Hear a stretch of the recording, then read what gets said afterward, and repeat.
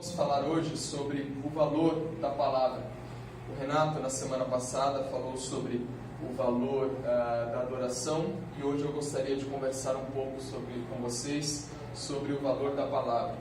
Na semana passada também eu disse que nós estudaríamos hoje o capítulo 8 de Neemias. E eu te convido a abrir então ou acessar a sua Bíblia em Neemias, no capítulo 8. Nós vamos ler um trecho um pouco grande, dos versículos 1 ao 12, mas que é muito importante aqui para a nossa compreensão do todo. Neemias, capítulo 8, versículos 1 ao 12. Enquanto vocês encontram aí, eu gostaria de dizer que Neemias é um daqueles personagens bíblicos que nos inspiram muito, pelo seu engajamento, pela sua fé, pela sua disposição, e também pela sua coragem, da forma como ele atuou, da forma como ele agiu. Então Neemias é um daqueles personagens que a gente tem assim no nosso hall de heróis da fé. Fala assim, eu gostaria de ser semelhante a Neemias. Neemias capítulo 8, a partir do versículo 1, diz assim: Quando chegou o 7º mês e os israelitas tinham se instalado em suas cidades, todo o povo juntou-se como se fosse um só homem na praça, em frente à porta das águas. Pediram ao escriba Esdras que trouxesse o livro da lei de Moisés, que o Senhor dera a Israel. Assim, no primeiro dia do 7º mês, o sacerdote Esdras trouxe a lei diante da assembleia, que era constituída de homens e mulheres, e de todos que podiam entender. Ele leu em voz alta, desde o raiar da manhã até o meio-dia, de frente para a praça, em frente à porta das águas, na presença de homens, mulheres e outros que podiam entender. E todo o povo o ouvia com atenção a leitura do livro da lei. O escriba Esdras estava numa plataforma elevada de madeira, construída para a ocasião. Ao seu lado, à direita, estavam Matitias, Sema, Anaías, Urias, Ilquias e Maazéias.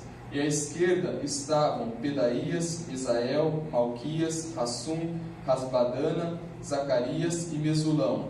Esdras abriu o livro diante de todo o povo, e este podia vê-lo, pois ele estava no lugar mais alto. E quando abriu o livro, o povo todo se levantou.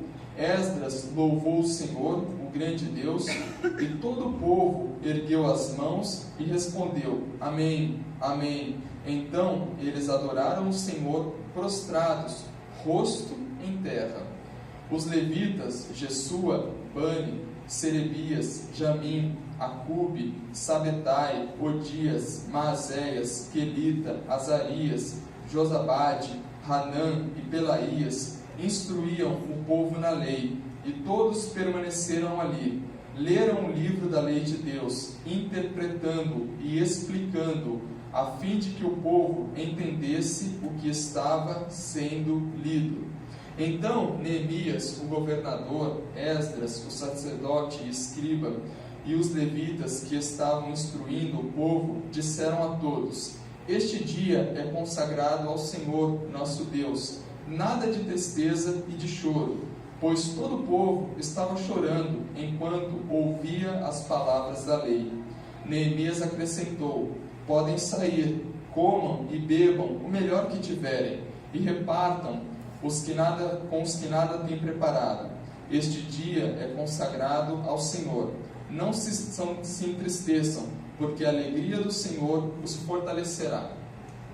Os levitas tranquilizaram todo o povo, dizendo: Acalmem-se, porque este é o dia santo, não fiquem tristes. E versículo 12: Então todo o povo saiu para comer, beber, repartir com os que nada tinham preparado, e para celebrar com grande alegria, pois agora compreendiam as palavras que lhes foram explicadas. Vamos orar? Senhor, obrigado, Pai. Obrigado pela oportunidade que nós temos de cultuar ao Senhor. Obrigado porque o Senhor tem estado conosco e nós temos percebido, Senhor, a Tua mão forte nos dirigir e nos guiar. Nós queremos pedir a Ti, Pai, que o Senhor nos introduza na Tua mensagem e fale conosco, porque nós sabemos que nem só de pão viverá o homem, mas de toda palavra, Senhor, que procede da Tua boca.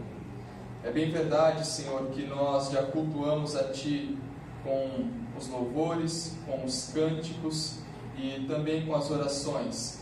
Agora nós queremos cultuar a Ti, Senhor, com a nossa atenção voltada ao Senhor. Nós Te pedimos, Pai, fala conosco. Em nome do Senhor Jesus. Amém, amém e amém. Essa leitura, ela é bem interessante e ela traz para nós assim, como se fossem características daquele dia enquanto nós lemos.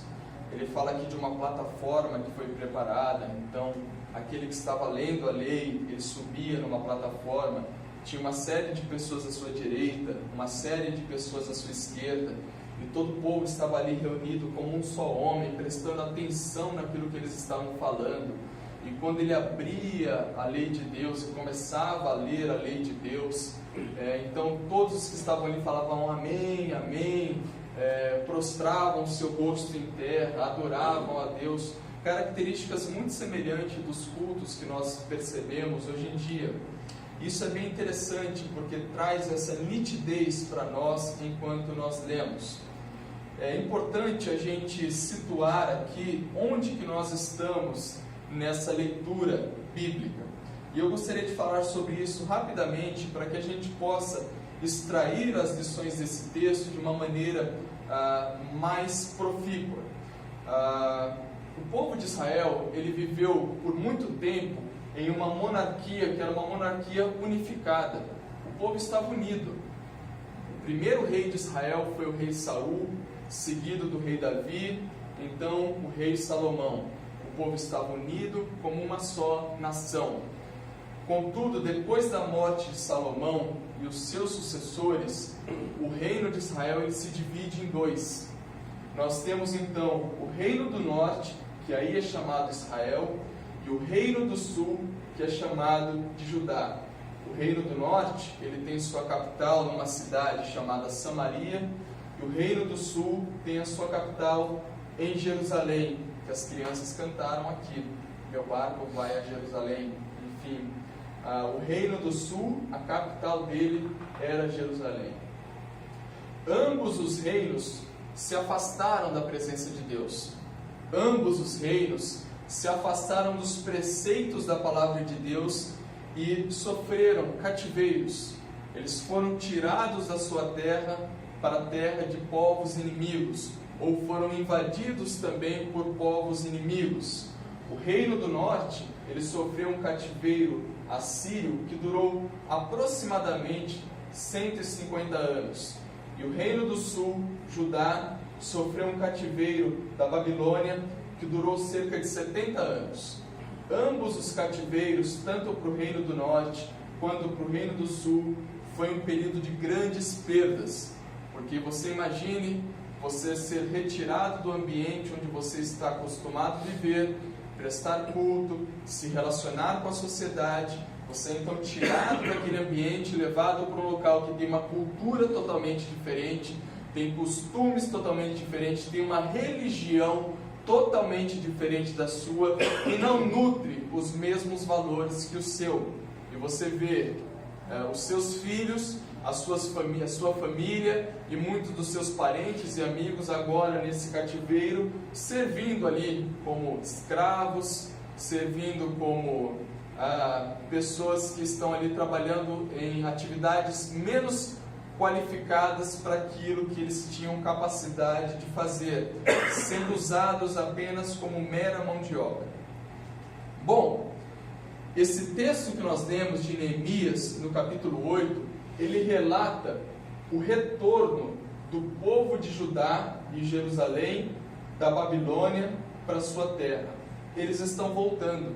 Ao final dos 70 anos, eles estão agora retornando para sua terra.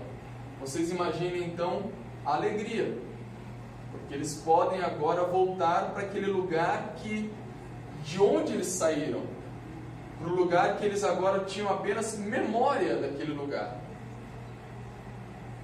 E um primeiro retorno ocorre no livro de Esdras, que é um livro anterior a Neemias, e o segundo retorno, 13 anos depois de Esdras, é esse retorno de Neemias, que está relatado em todo o livro aqui de Neemias. Esse texto que nós lemos, ele se encaixa exatamente nesse período. O povo de Jerusalém e de Judá está voltando para sua terra depois do cativeiro. Eles estão voltando para a terra de onde eles foram tirados, depois que eles passam 70 anos cativos ali pela Babilônia e por outros impérios que acabaram depois também invadindo a Babilônia e toda aquela região. E como que isso acontece? Neemias, ele servia no trono do rei da Babilônia, do rei medo-persa, chamado Artaxerxes. Ele era copeiro daquele rei, e o copeiro naquela época, ele tinha uma função que era muito importante. O copeiro naquela época, ele tinha que experimentar tudo que o rei ia comer ou beber, para ver se aquilo que o rei ia ter acesso não estava envenenado. Ou seja, quem iria morrer se estivesse envenenado seria o copeiro. E Neemias era copeiro do rei.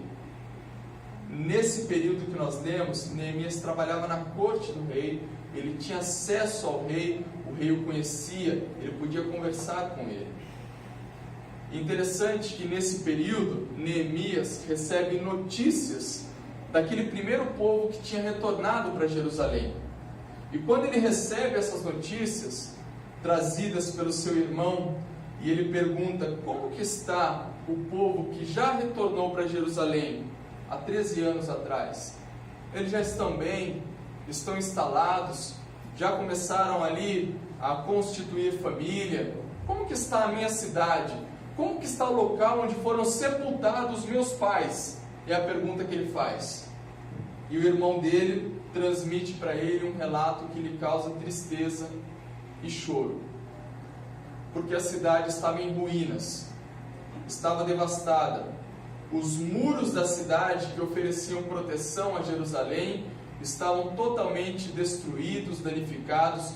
Os portões da cidade tinham sido queimados. As pessoas não estavam ali conseguindo obter sustento adequadamente. Eles viviam numa situação deplorável. E quando Neemias escuta isso, ele lamenta, ele chora, ele ora, ele jejua e ele busca uma estratégia de Deus.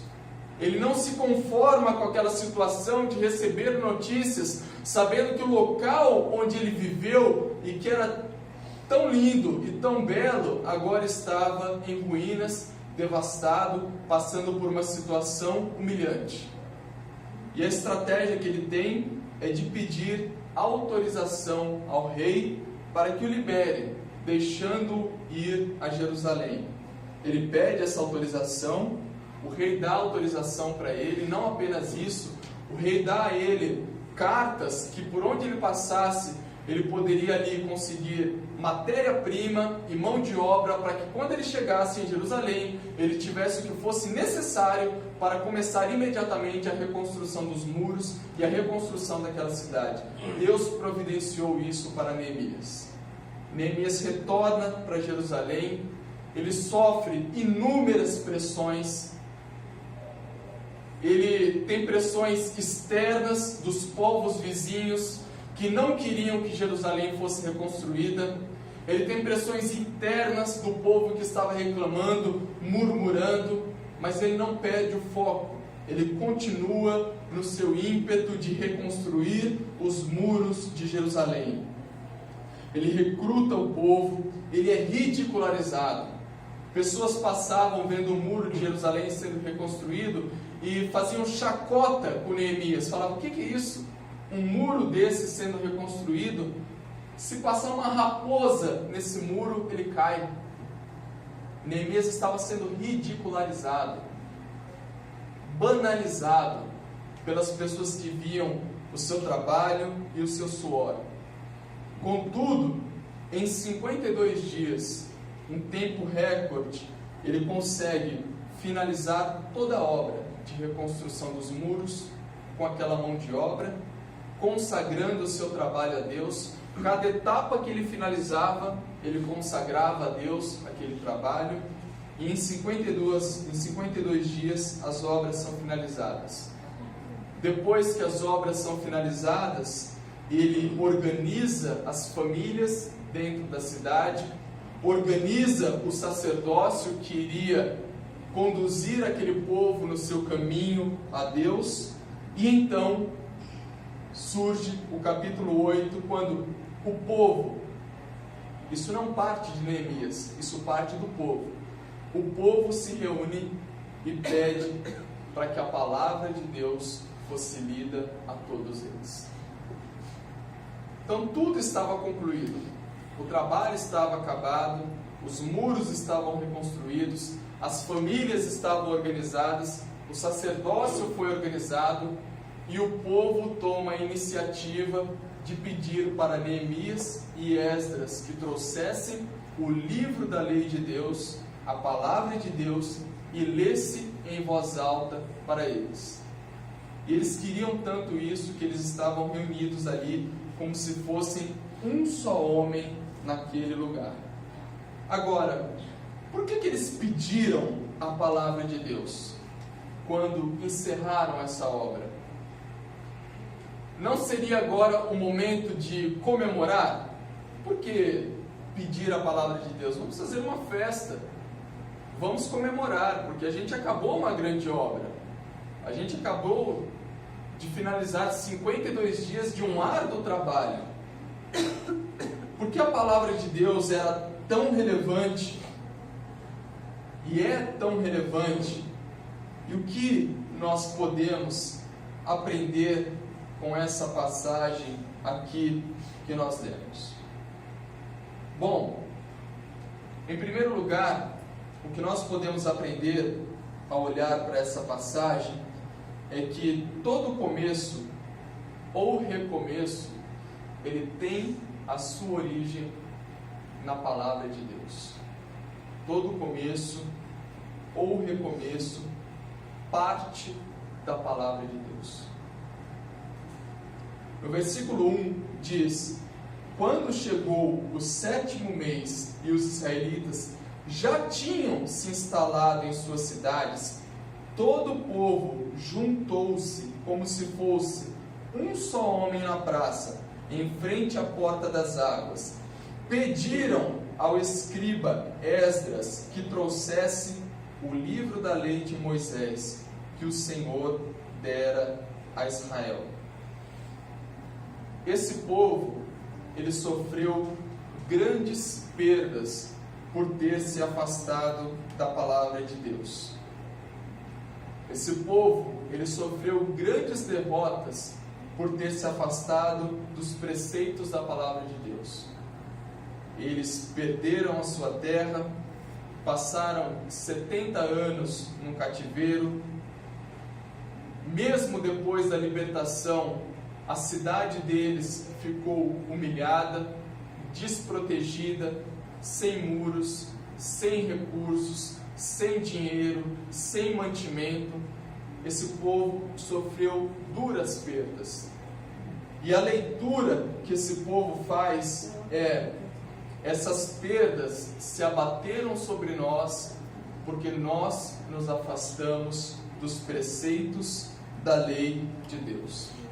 Essa lei de Deus, quando eles se referem aqui, que pediram que fosse trazida para eles, ela contemplava os 5 primeiros livros da Bíblia, conhecido como o Pentateuco, os 5 primeiros livros de Moisés, ou no mínimo, o livro de Deuteronômio, que é o último, e seria um resumo de todos os livros de Moisés.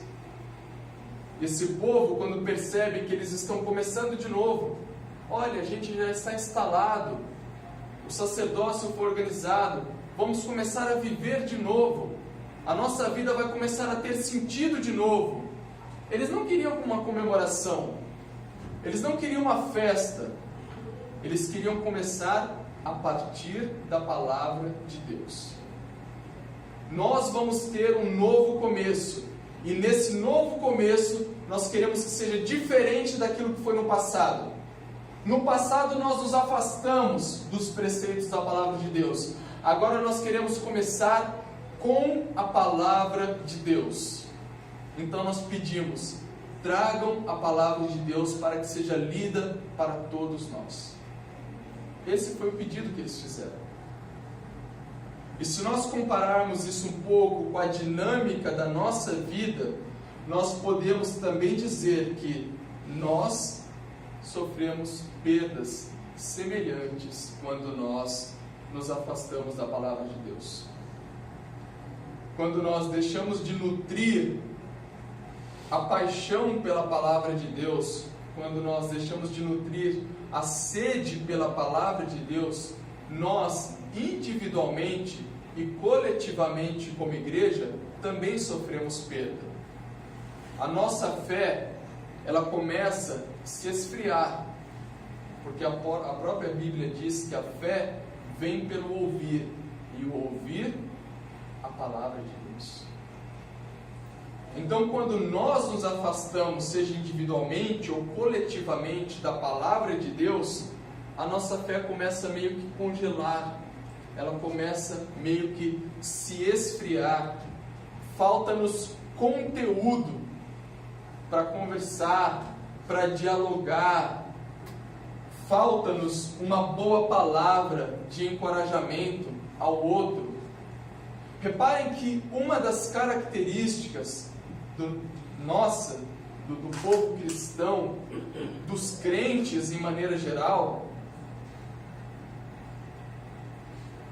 uma das características nossas é ter uma palavra de encorajamento.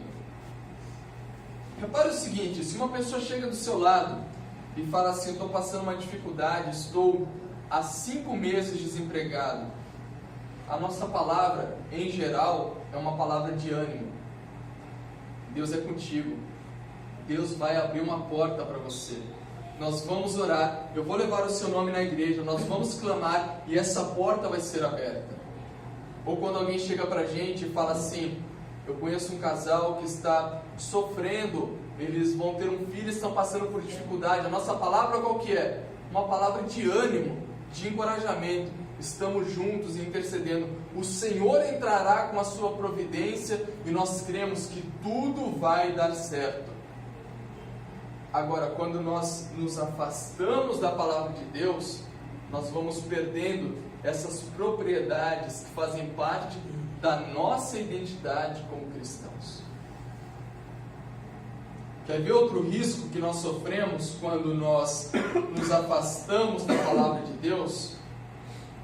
Nós ficamos como que amortecidos para muita coisa que acontece ao nosso redor e a gente começa a achar tudo muito normal. As coisas mais extravagantes acontecem do nosso lado e a gente não tem nenhuma palavra de objeção àquilo, porque aquilo passa a ser tudo muito natural e normal e aceitável para todos nós. Porque nós já não temos aquele conteúdo da palavra de Deus nos balizando, nos direcionando e nos ensinando o que é certo e o que é errado. Então o errado para nós passa a não ser tão errado assim.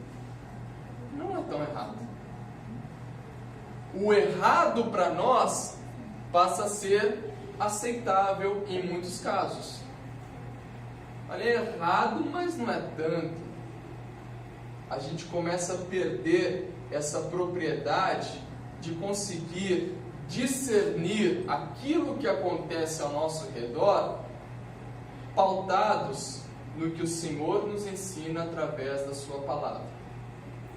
Então, assim como esse povo sofreu perdas por se afastar dos preceitos da palavra de Deus, nós também corremos esse mesmo risco se nós também nos afastarmos desses preceitos deixados para nós na palavra de Deus. Quando também nós nos afastamos da palavra de Deus, nós acabamos nos tornando mais do mesmo. Nós deixamos de conhecer Deus na sua profundidade. como é gostoso quando a gente se deleita na palavra de Deus, pega um trecho da Bíblia ou um livro da Bíblia e nos dispomos com o coração molinho, sabe, com aquele coração de terra macia, a ler aquele texto, deixar aquele texto falar conosco, abrir o nosso coração para aquilo que a palavra de Deus tem a nos ensinar, e nós vamos descobrindo ali coisas profundas acerca de Deus que dizem muito respeito para nós, que fazem muito sentido para a nossa vida. Portanto, começar ou recomeçar a partir da palavra de Deus é algo que deve ser levado a sério. Se a gente está começando algum projeto, alguma meta, ou intentando fazer algo, seria muito bom que esse algo começasse pautado nos preceitos da palavra de Deus. Começasse assim, que nem está hoje aqui, ó, às claras, tudo claro, iluminado, sem nada escondido, porque a palavra de Deus, ela faz isso, ela jorra a luz onde existe trevas. E esse povo quis um novo começo, mas um novo começo da maneira certa. Nós começamos lá atrás e erramos, agora nós queremos começar da maneira correta. Nós possamos também ter esse ímpeto de começar da maneira correta, e quando for necessário recomeçar também. A palavra de Deus deve ser lida, entendida, aplicada e ensinada. Lida, entendida, aplicada e ensinada. Os versículos 2, 7 e 8 dizem assim, versículo 2: Assim, no primeiro dia do 7º mês, o sacerdote Esdras trouxe a lei diante da assembleia, que era constituída de homens e mulheres, e todos que podiam entender. Todos que podiam entender. Versículos 7 e 8 diz: Os levitas de Sua, Bani, Serebias, Jamim, Acube, Sabetai, Odias, Maazéias, Quelita, Azarias, Jodadab, Anã, Pelaías, esse batalhão todo, o que eles faziam? Instruíam o povo na lei de Deus, e todos permaneciam ali. Leram o livro da lei de Deus, interpretando, explicando, a fim de que o povo pudesse entender o que estava sendo dito. Olhem que interessante isso. Estava existindo ali uma leitura pública da lei de Deus, uma leitura pública da palavra de Deus. E quem estava reunido ali? Todos que podiam entender, homens e mulheres. Todos que podiam entender estavam reunidos ali, escutando a palavra de Deus ser lida e explicada. Como se já não bastasse isso, o que eles fizeram no segundo momento? Eles se dividiram em grupos menores e os levitas passaram grupo a grupo, lendo, interpretando e explicando, a fim de que todo o povo pudesse entender o que estava sendo lido. Então, essa importância de ler, entender, aplicar e ensinar a palavra de Deus. Sabe aquela história de quando a gente fala assim, deixa eu desenhar para você, para ver se você entende? Foi mais ou menos isso que aconteceu. Além da leitura pública, eles foram grupinho a grupinho explicando, olha, é assim, a palavra de Deus está ensinando isso é certo, isso é errado, isso é louvor a Deus, isso é pecado. Eles foram grupo a grupo explicando e ensinando isso. Bom, nós podemos perceber que a palavra de Deus, ela é o próprio Deus se revelando a nós, com clareza. A palavra de Deus, ela é o próprio Deus se tornando acessível, conhecível a nós. Então, nós não podemos deixar uma preciosidade dessa, de nós conhecermos a Deus em profundidade, de nós termos acesso a Deus com propriedade, como que na superfície da nossa vida. A palavra de Deus, ela deve ser lida, mas ela deve ser também entendida.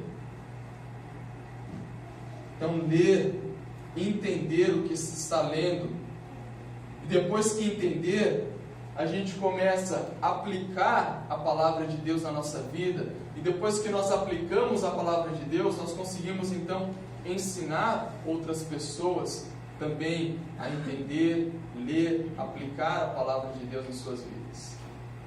Não existe outra religião em que o Deus deles tenha deixado um livro para eles explicando tudo o que diz respeito a como viver, como se relacionar e como adorar o seu Deus.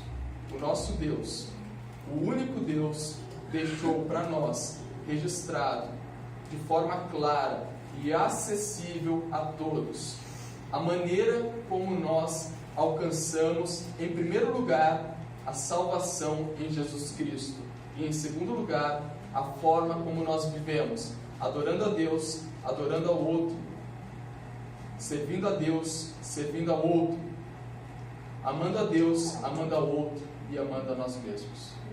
A nossa palavra nos deixa esses preceitos. A nossa palavra, do início ao fim, ela é carregada disso. Ela traz riquezas maravilhosas. Quando nós lemos o Antigo Testamento, nós temos registrados ali preceitos que dizem respeito à vida em sociedade. Por exemplo, em Levíticos tem uma passagem lá que diz que se a pessoa constrói uma casa e essa casa tem um andar superior, ou seja, uma casa de 2 andares, na casa, no andar de cima, deve-se ter um parapeito, para que quem chegue na beirada não caia, mas consiga se apoiar. Olha isso, um preceito para guardar a segurança da vida do outro. Diz também que se um homem no campo cavar um poço, ele deve, depois de retirar a água daquele poço, cobri-lo, para que ninguém caia nele, se machuque, ou possa se ferir. Diz respeito à vida com o outro, mas também diz respeito à nossa vida com Deus.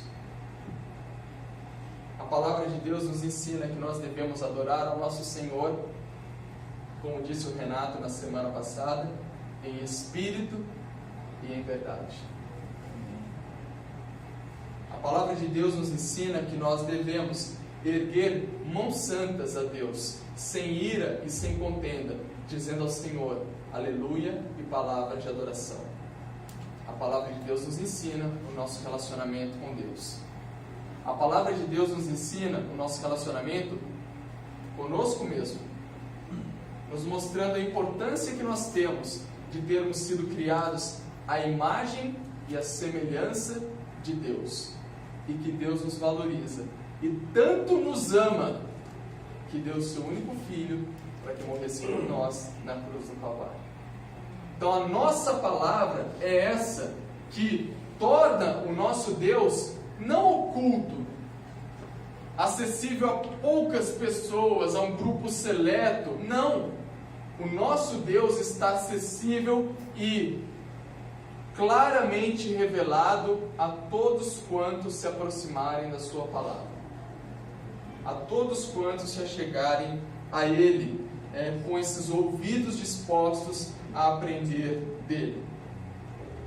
Portanto, esse conteúdo, ele não pode ficar assim na superfície da nossa vida. Esse conteúdo, ele precisa criar raízes em nós, se aprofundar em nós. A palavra de Deus, ela é como se fosse, eu vou fazer um paralelo aqui para as nossas vidas, como se fosse um aplicativo instalado em nós, rodando sempre assim. Quando a gente vê alguma coisa, a gente já vai comparando aquilo com a palavra de Deus que habita em nossas vidas. Quando a gente enxerga uma situação, a gente já compara aquilo. Ontem, quando eu vi essa briga dos 2 meninos, aquilo pode não de forma objetiva, mas de forma subjetiva já fez sentido para mim, falando que 2 pessoas não devem brigar, deve haver paz entre os homens. isso nutre valores em cada um de nós. A palavra de Deus é essa riqueza, essa preciosidade que Deus transmite a nós.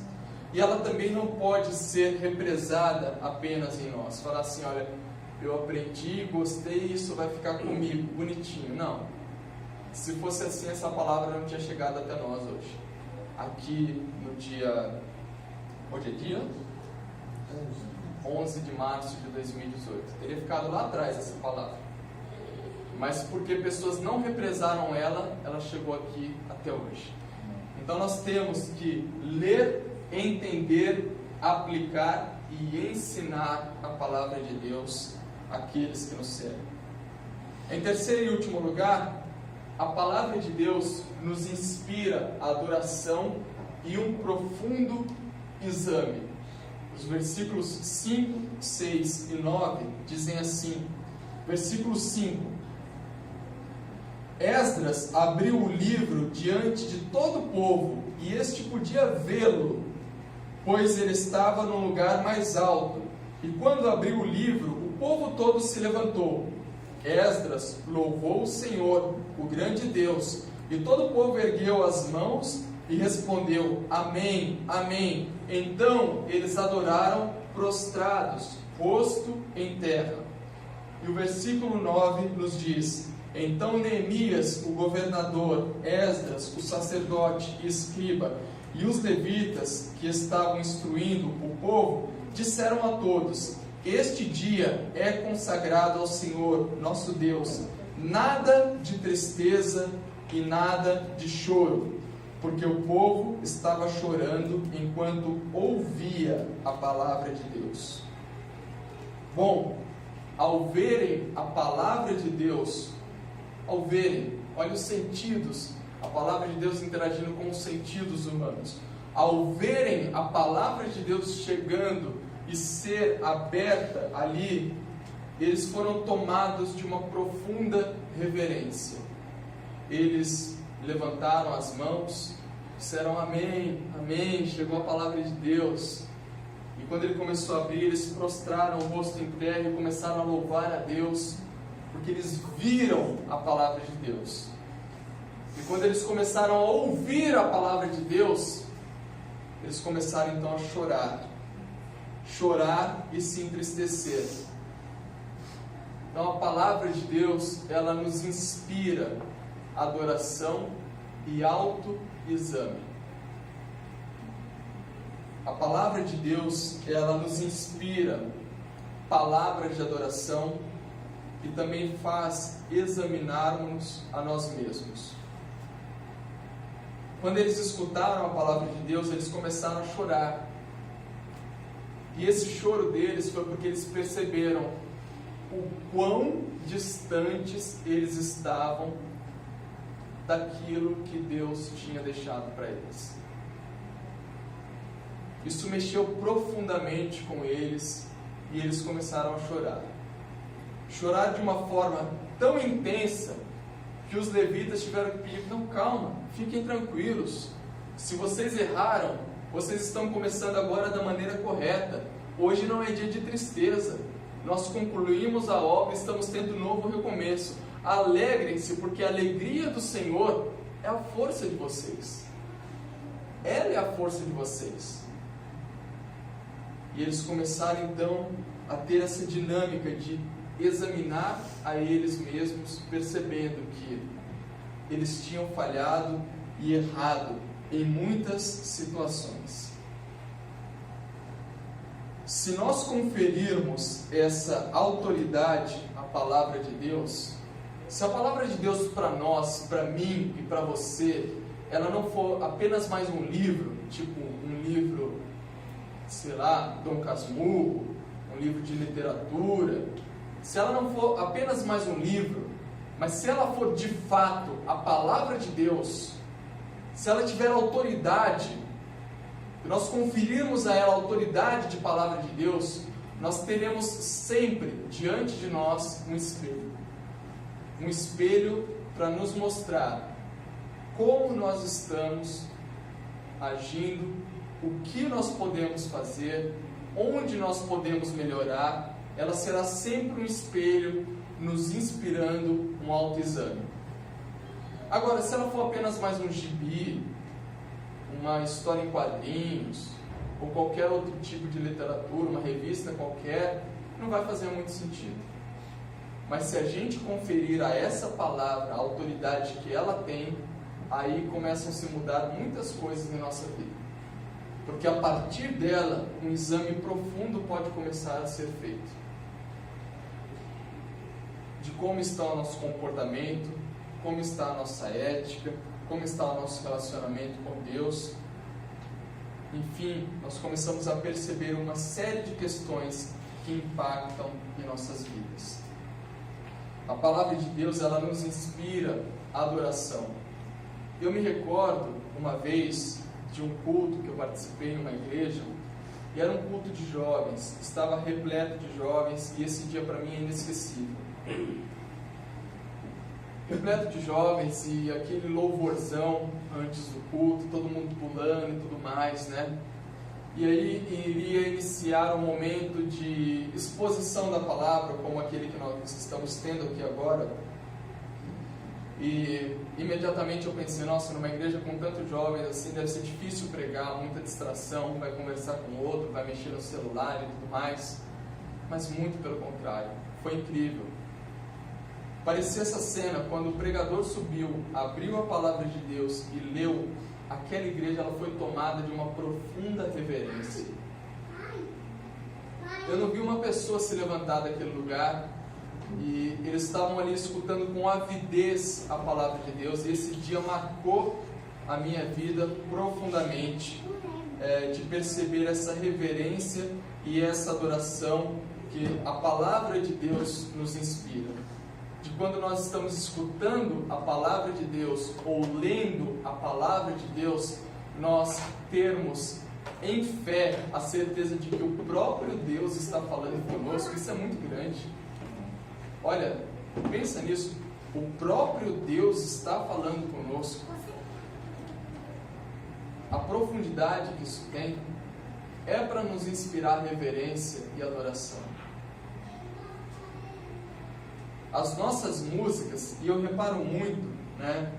Eu não toco nada, não sei cantar, canto pessimamente, mas eu reparo muito na área musical, e já disse e repito que a área musical ela tem que andar lado a lado com a pregação da palavra de Deus, com a exposição bíblica, com a teologia, porque ambas estão juntas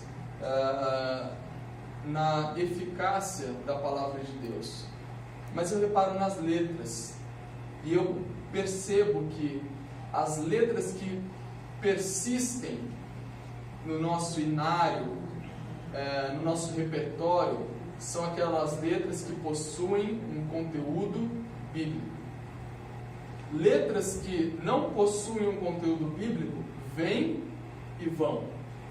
Mas reparem que com alguma frequência nós sempre cantamos aqui: Espírito, Espírito que desce como fogo, vem como em Pentecostes e enche-me de novo. Atos dos Apóstolos, capítulo 2, a descida do Espírito Santo em Pentecostes. Que nós cantamos aqui: grande é o Senhor e muito digno de louvor na cidade do nosso Deus, seu santo monte. É um salmo do começo ao fim.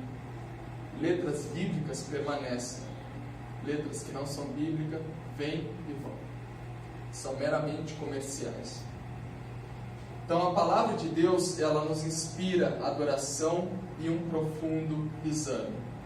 Se nós conferirmos a essa palavra de Deus a autoridade de Deus falando conosco, isso vai gerar um amadurecimento e um crescimento individual e coletivo muito grande para nós. Porque não vai ser o Rodrigo falando, ou não vai ser uma mera página sendo lida, mas vai ser Deus falando. Não vai ser o Alan falando, vai ser Deus falando. Não vai ser qualquer pregador falando, mas vai ser Deus falando. Não vai ser uma página de folha A5, A6 sendo lido, mas vai ser a palavra de Deus sendo lida, e aquilo vai tendo autoridade para modificar pilares da nossa vida.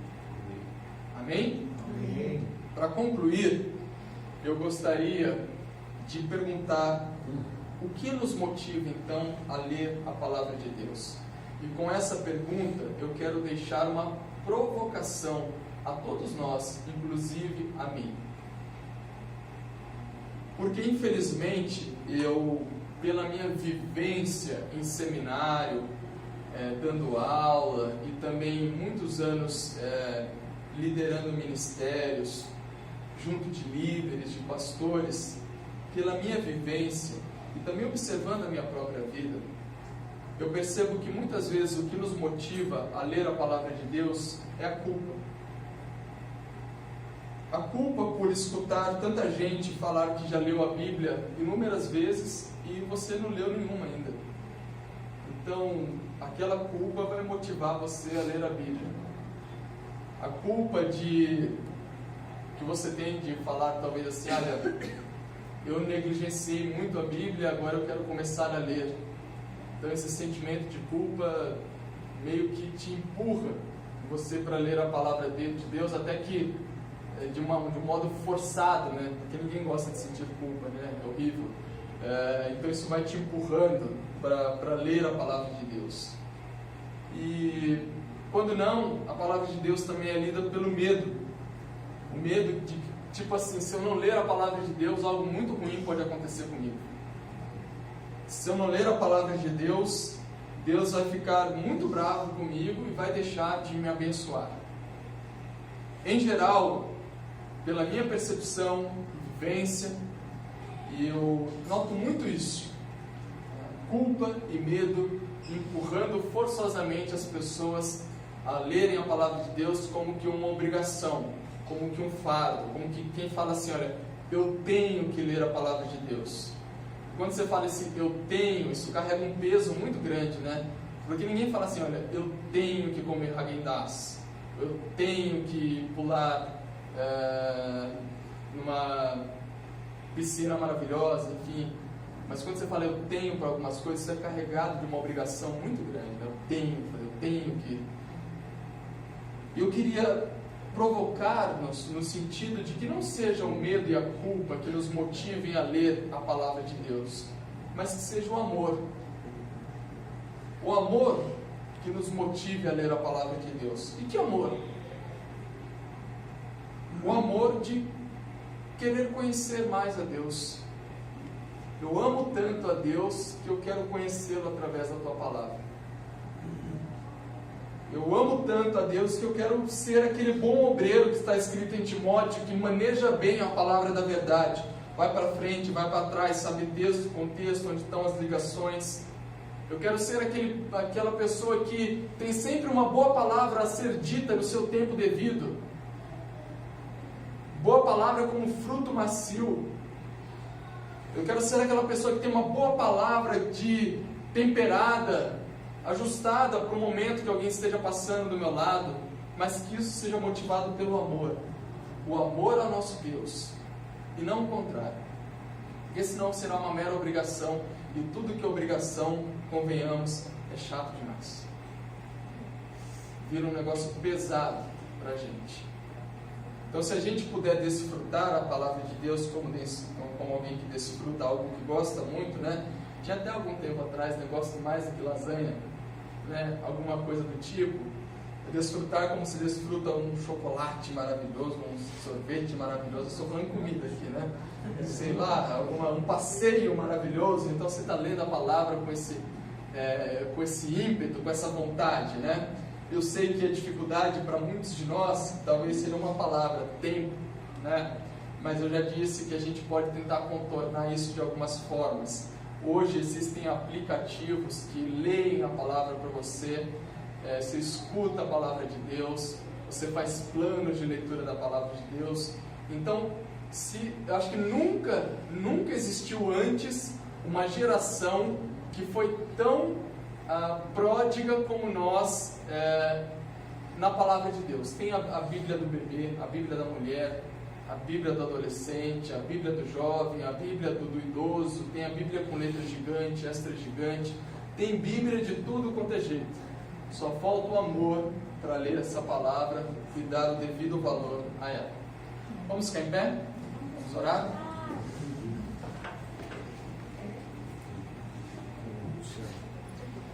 Vamos orar a Deus, que o Senhor nos abençoe e nos dê graça para que nós possamos ter começos e recomeços pautados na Palavra de Deus, que a Palavra de Deus na nossa vida possa ser lida, entendida, aplicada e ensinada, e que a Palavra de Deus nos inspire individualmente, coletivamente, à adoração e ao autoexame.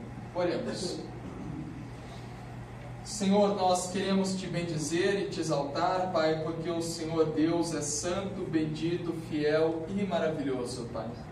Obrigado, Pai, pela leitura da Tua Palavra nessa manhã. E o desejo que há em cada um de nós nessa manhã, Pai, na verdade esse desejo se traduz em sede da Tua Palavra.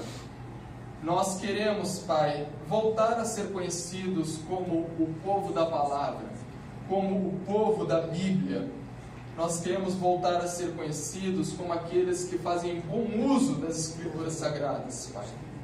Que o Senhor nos dê graça, Pai, nos dê motivação adequada, tempo, e nos permita, Senhor, ter uma profundidade na nossa leitura bíblica, no nosso estudo bíblico e na aplicação da Bíblia na nossa vida diária, na segunda-feira, na terça, na quarta, na quinta, na sexta, no sábado, Pai. Ou seja, enquanto a nossa vida acontece, que nós possamos praticar aquilo que nós temos aprendido segundo a Tua Palavra, que é autoridade para nós, Pai. Nós Te louvamos, Te bendizemos e Te exaltamos. Obrigado, Senhor. Vamos aplaudir a Deus?